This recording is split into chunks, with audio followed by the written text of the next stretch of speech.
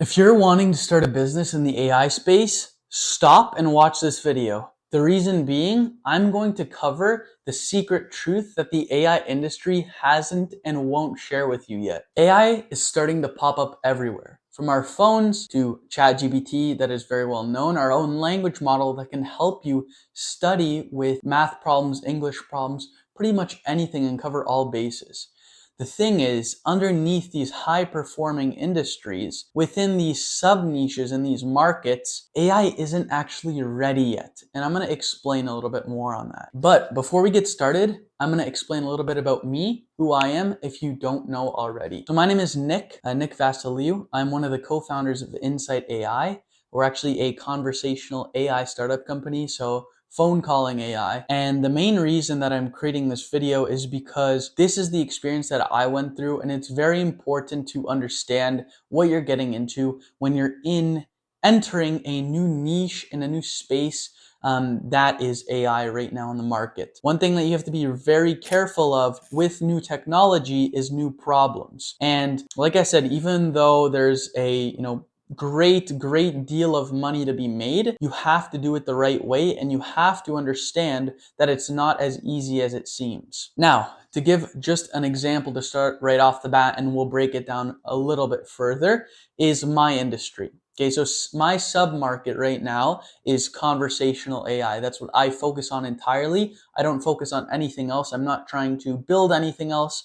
The only thing I would say we're kind of dabbling in is AI analytical software. That's kind of like what's eventually our software is going to turn into. It's going to be a lot of data for, the conversational AI, the calls coming through to study and ensure that, we're optimizing everything the best. The call conversions are the best. But specifically in my sub-market, this technology is not even a year old. Okay, so I'm talking, the industry leaders got out on the market beginning of January. Like that's when people started to actually be aware of it, and development hasn't even been 2 years. So I just want you to think of that as a kind of comparison to everything else, where you look at real estate. How long has real estate been around? Since forever, right? Except you wouldn't buy a house, you just trade for a house, or you'd build your own, right? Real estate has always been kind of a thing, and going into real estate, you're aware of the problems that they've been facing the last hundreds of years. Whereas now in AI, in this industry, there's no one to look back to, right? You kind of look back and there's nobody. There's nobody. You're the first, right? If you're in the AI industry, or one of the first. And kind of why I wanted to bring up my industry as an example is something that I noticed, and I noticed it very quickly. In a new space, in especially AI, new technology, you kind of go into it relying on others. So for example, I started off, and how Insight started off was actually reselling Air. It was really good. They were the only conversational AI on the market. It was performing well. We were selling to our clients. They were happy. The thing is, because the tech is so new, it became very unreliable very quickly. So what Air had done is, since they were the only people on the market, they had an overload of people coming through. And what happened is there was so much demand and not enough quantity, right? Not enough server capacity, not enough. They just didn't have enough servers to handle the amount of volume coming through. The AI went to shit. I don't know what happened, but it brought Air from the industry leader to the worst in the market that everybody hates on, right? Even though they were there first, they raised like hundreds of millions of dollars in funding, and eventually went to shit because they weren't prepared. It was an unforeseen problem that came all of a sudden and knocked them out, right? So the high demand came through. They scaled like crazy, made a fuck ton of money, and they got a lot of funding. But then when there was too much demand, it pushed everything back. Their whole team was, panicking, trying to hold the servers, ensure that they don't crash. And then, bam, you have new industry leaders. You have Bland, you have Vappy, you have Sinful, you have Insight, right? Starting to pop up. Okay, and the thing is, since we didn't get pushed back, and we don't have millions of people here who are refunding, disputing, unhappy with the product, right? You can search up Air on Trustpilot. They got two-star reviews. Awful, terrible, right? We don't have this. So now Insight with no funding whatsoever, we developed a 10 times better product than Air because they slowed themselves down so much because of an unforeseen problem, which is the amount of demand coming through and the unreliable software, right? So what they were using wasn't strong enough to keep up with the demand of the market. And that is fine. That is fine, right? As long as you put limitations.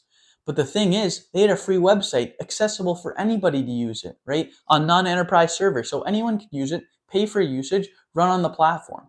And once it blew up, once the word was out there, they were fucked, right? It was as simple as that. And my point is, okay, that could have been solved by putting limitations, right? But that's not always the case. Sometimes it's just the technology, right? I can tell you from experience as we're starting to build up the platform and we have people coming on in usage. Basically how it works is you have a project manager, you have front end, back end, and full stack developers.